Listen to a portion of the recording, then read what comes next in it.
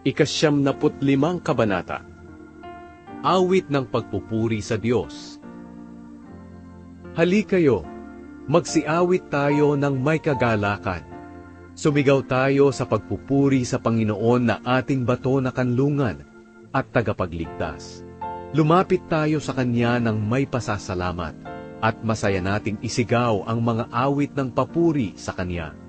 Dahil ang Panginoon ay dakilang Diyos, makapangyarihang hari sa lahat ng mga Diyos.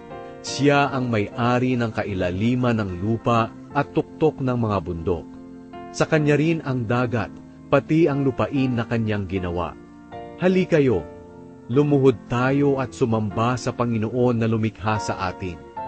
Dahil Siya ang ating Diyos at tayo ang Kanyang mga mamamayan, na gaya ng mga tupa sa Kanyang kawan na Kanyang binabantayan at inaalagaan.